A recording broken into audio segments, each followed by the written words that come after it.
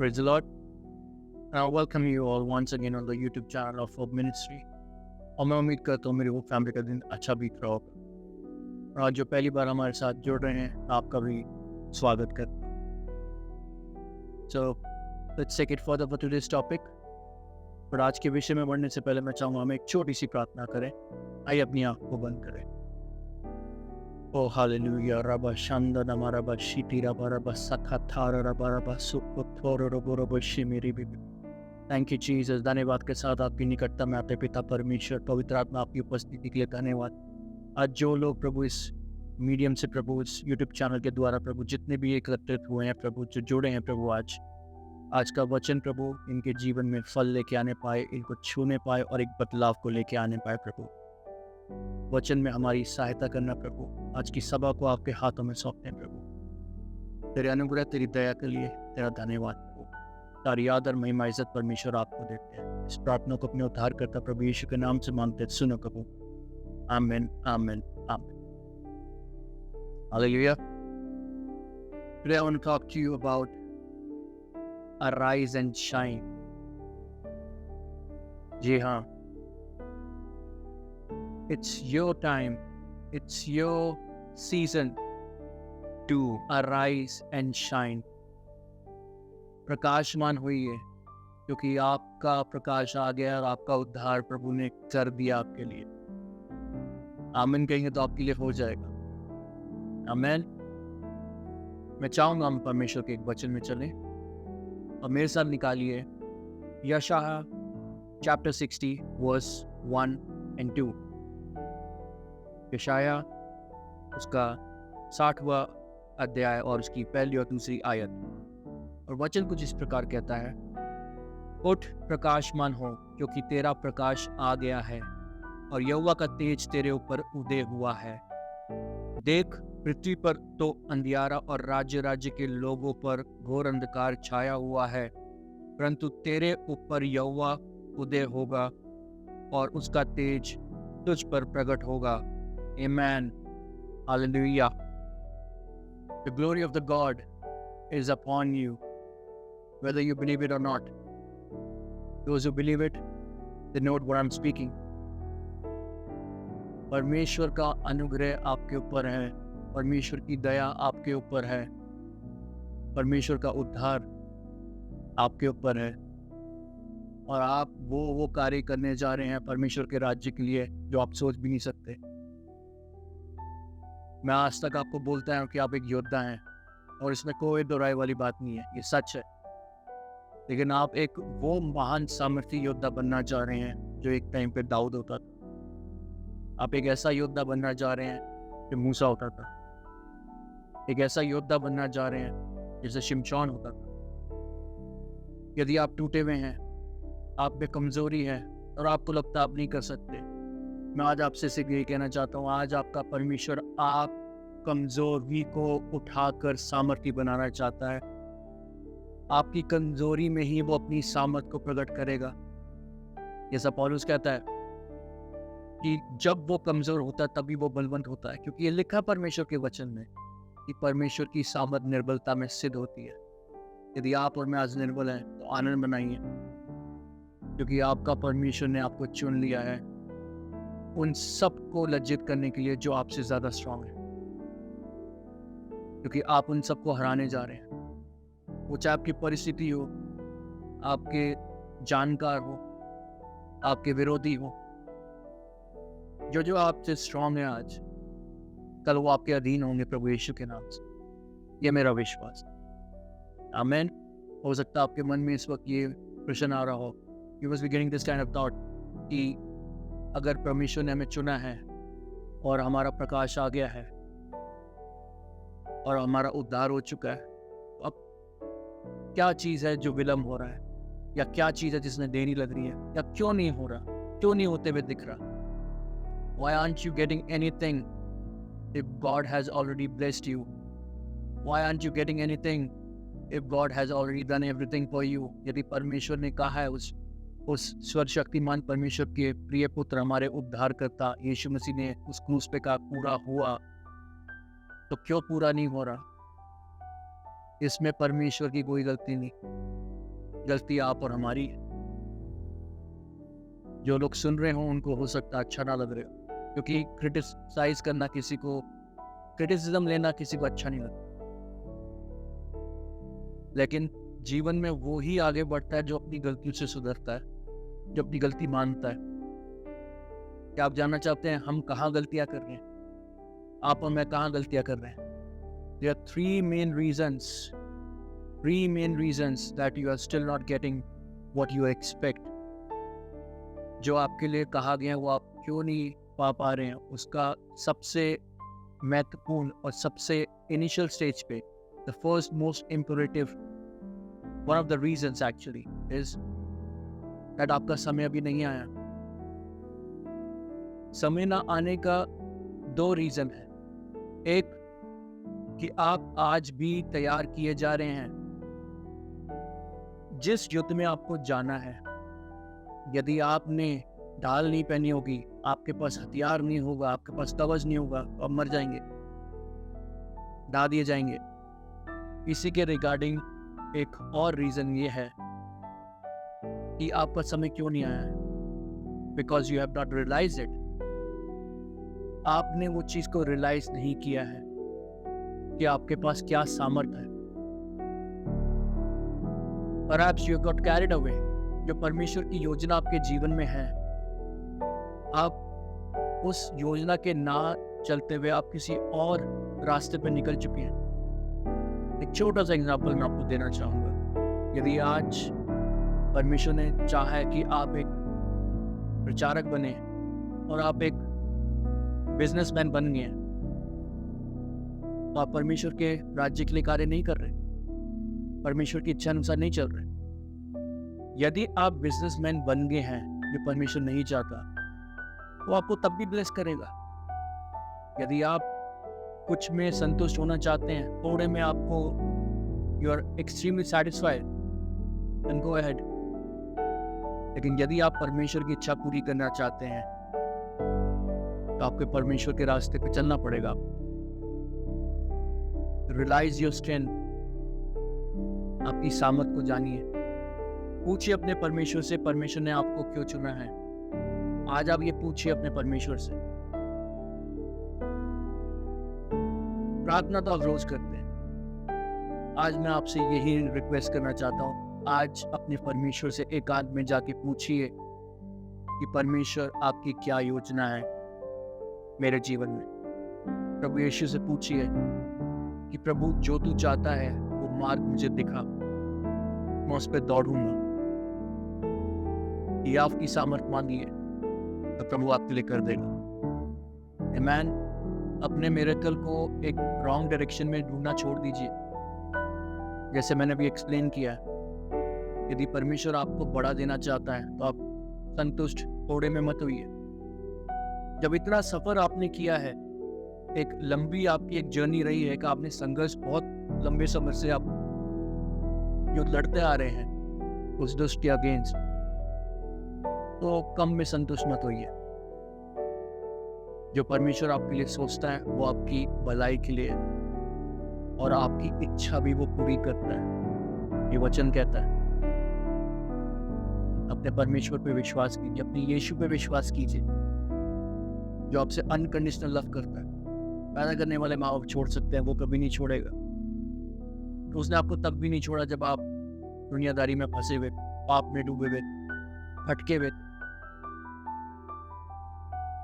आपने एक बार उसकी तरफ देखा और उसने मुस्कुरा के आपको गले लगा लिया,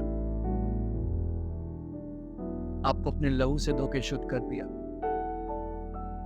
पवित्र आत्मा की आग से आपको बपतिस्मा दे दिया। Hallelujah. Second reason could be that you are a procrastinator। आप आलसी हैं। हो सकता है आपको बुरा लग रहा हो। मुझे भी कोई आलसी बोलेगा मुझे अच्छा नहीं लगेगा, गुस्सा आएगा।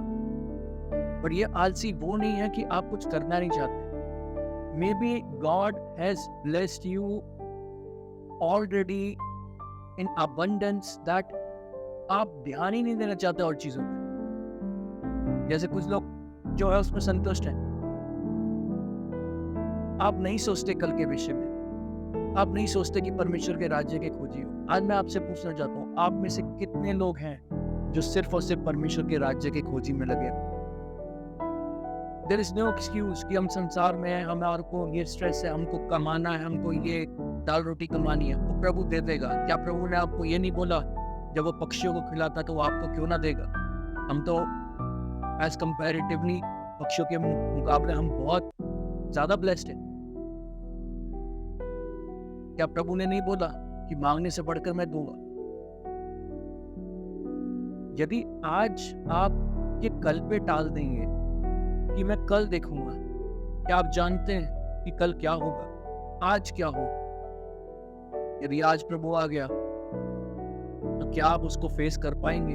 या ये बोलेंगे कि मैं अपने सिटकॉम के सीरियल्स में बिजी था या बिजी थी? या आप ये बोलेंगे कि मैं अपने रिलेटिव्स के झगड़ों में बिजी थी? या आप ये बोलेंगे कि मैं अपनी नौकरी में बिजी था, मैं अपना बिजनेस एम्पायर सेटअप करने के लिए? ओ प्रभु जी, आप नहीं जानते कितना स्ट्रेस होता है। बच्चे क्या खाएंगे, कैसे इसको मेंटेन रखेंगे? आपका प्रभु सब कुछ जानता है। जो आप आने वाले 10 साल में करने जा रहे हैं वो पहले से जानता है। सिर्फ ये सोचिए कि कहीं ना कहीं प्रभु ने आपको क्यों चुन रखा है, क्योंकि कहीं ना कहीं आप में वो एक डिफरेंट फैक्टर है, एक परमेश्वर का अनुग्रह आप पे है। परमेश्वर ने यदि आपको चुना है तो ऐसे ही नहीं कि आपके कर्म अच्छे हैं या आप बहुत दया से भरे हुए हैं या आप बहुत नम्र हैं। परमेश्वर ने आपको चुना है क्योंकि आप में वो एक बात है, आप एक स्पेशल अनॉइंटेड चाइल्ड हैं परमेश्वर के। Yes, you are a specially favored and anointed child of God in the mighty name of Jesus, and you will receive and you will see your miracles. Odds चाहे जैसे भी हो, आप अपने odds के अगेंस्ट जाके वो सब पाएंगे तो आप सोच नहीं सकते। हो सकता आप रोते हो सकता आप व्याकुल हो, आप स्ट्रेस में हो, आप कमजोर फील करते हो, या हो सकता आपके पास सब कुछ हो और सब कुछ होने के बाद भी कुछ कमी लग रही है। तो ये समझ जाइए कि आप कहीं चूक रहे हैं। राह में ऐसे ना भटकिए, अपने प्रकाश को जानिए। जिस मकसद के लिए परमेश्वर ने आपको वो प्रकाश और वो ज्योति दी है उसको जानिए, पहचानिए उसको और अपने परमेश्वर की इच्छा को पूरा कीजिए, प्रसन्न कीजिए। जिसने आपको इस पृथ्वी पर भेजा, अपने भेजने वाले को प्रसन्न करना आपका एक लौता उद्देश्य होना चाहिए। It should be your primary target, your priority, to please your God. Amen. Another reason or the factor is that you are scared of taking risks. यदि आप रिस्क नहीं लेंगे तो कैसे होगा? यदि आप सोचेंगे कि आज मैं घर घर जाके प्रचार नहीं करना चाहता या करनी चाहती, लोग क्या समझेंगे, वो कोई अगेंस्ट होगा। यदि मैं ये सोचता तो आज मैं भी यहाँ पर आपके सामने प्रचार नहीं कर रहा हूँ। क्या मेरा सर्कल अच्छा नहीं है? बहुत अच्छा सर्कल है, लोग जानते हैं। लेकिन जब आपका उद्देश्य ये हो जाए कि आपको अपने भेजने वाले को प्रसन्न करना है तो कुछ नजर नहीं आता। फिर सिर्फ अपने भेजने वाले की खुशी और उसको प्रसन्न करना ही आपका उद्देश्य हो जाता है। हो सकता है आपको देर लगी उसको समझने में, मुझे भी लगी थी। I am being very honest to you, मुझे भी लगी थी, बहुत साल लग गए। लेकिन एक कहावत है ना, देर आए दुरुस्त आए। अब जब आए हैं तो थामे रहेंगे प्रभु। Hallelujah. Amen. So start taking risk. ये मत सोचिए कि उसका consequences क्या होगा, ramification क्या होगा। Don't think about it. वो परमेश्वर सोच के बैठा हुआ ऑलरेडी। आप एक कदम उठाइए, अब परमेश्वर आपको उस विक्टोरियस सिंहासन पे बैठा देगा। Because you are the chosen one. It's your time to arise and shine. Arise and shine, because your light has come and the glory of the Lord has come upon you in the mighty name of Jesus. And you are victorious in the mighty name of Jesus. जो भविष्यवाणियां, जो वादे परमेश्वर ने आपसे किए हैं वो सच्चे हैं। बिठा लीजिए यहाँ पर। शैतान कुछ बोले, परिस्थिति कुछ बोले, सिचुएशंस कुछ बोले, अंगीकार कीजिए, अंगीकार कीजिए कि आपका प्रकाश आ चुका है, आपकी ज्योति आ चुकी है, आपका समय आ चुका है। उठिए, आपका परमेश्वर कह रहा है। जब वो परम प्रधान परमेश्वर आपको कह रहा है उठ, तो उठ खड़े होइए। जिसको परमेश्वर उठाता उसको कोई नहीं गिरा सकता। ये मेरा मानना है और ये आपका मानना भी होना चाहिए प्रभु यीशु के नाम से। आमीन बोलेंगे तो आप अपनी आशीष पालेंगे। आमीन। हो सकता है आपके मन में एक सवाल आ रहा हो सकता है आप इस वक्त सोच रहे हो कि हम कैसे दूसरों के लिए और अपने लिए एक ज्योति बने, कैसे प्रकाशमान हो, क्योंकि हम तो बंदिश में हैं, हम तो बंधुआई में हैं। हो सकता है आपकी बंधुआई वो कि आपकी जॉब आपको समय ना देती हो परमेश्वर के साथ समय बिताने के लिए।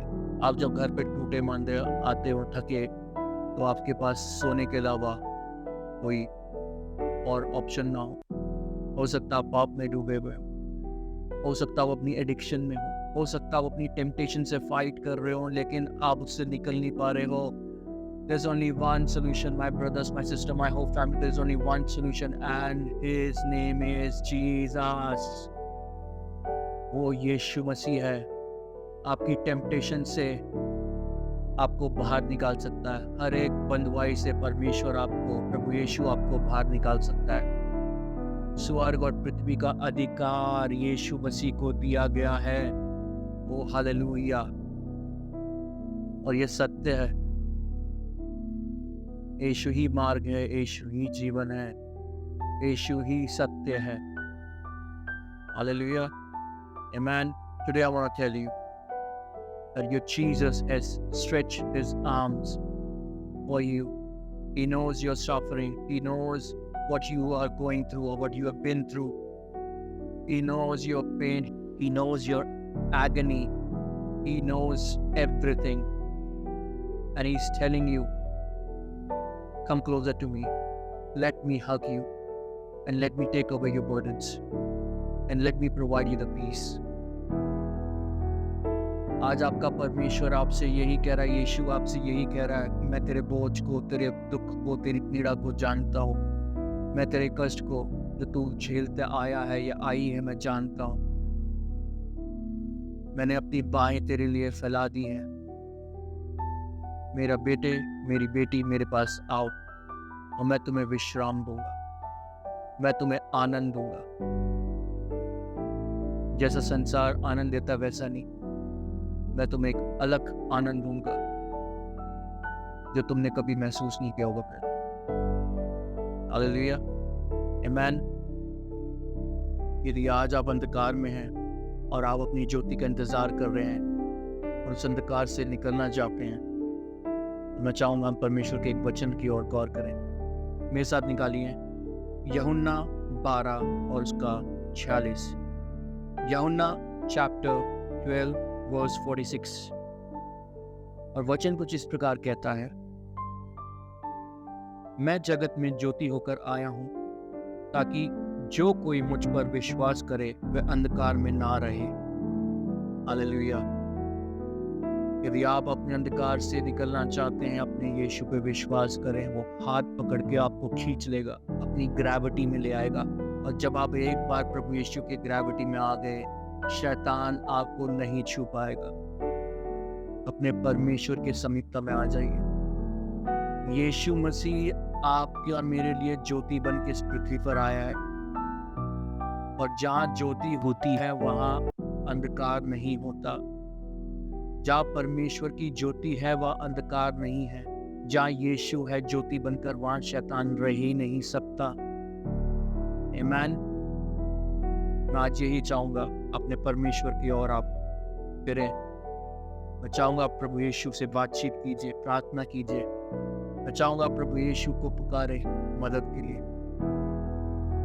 मैं चाहूँगा कि आप यीशु को अपनी जीवन में ज्योति मानकर ग्रहण करें और फिर अंधकार भाग जाएगा। हालेलुया, आमीन। प्रभु आपको आशीष दे। सो मैं उम्मीद करता हूँ आज का मैसेज आपको अच्छा लगा हो, आपके जीवन में एक बदलाव लाए, एक पॉजिटिविटी लाए और आपको प्रकाशमान करे, आपके जीवन में आपकी ज्योति दे और आप उद्धार पाके आप विक्टोरियस हो जाए प्रभु यीशु के नाम से। अब मैं मुलाकात करूंगा अपनी नेक्स्ट वीडियो में। Till then keep watching our videos. Thank you so much my hope family for joining me. I'll see you soon.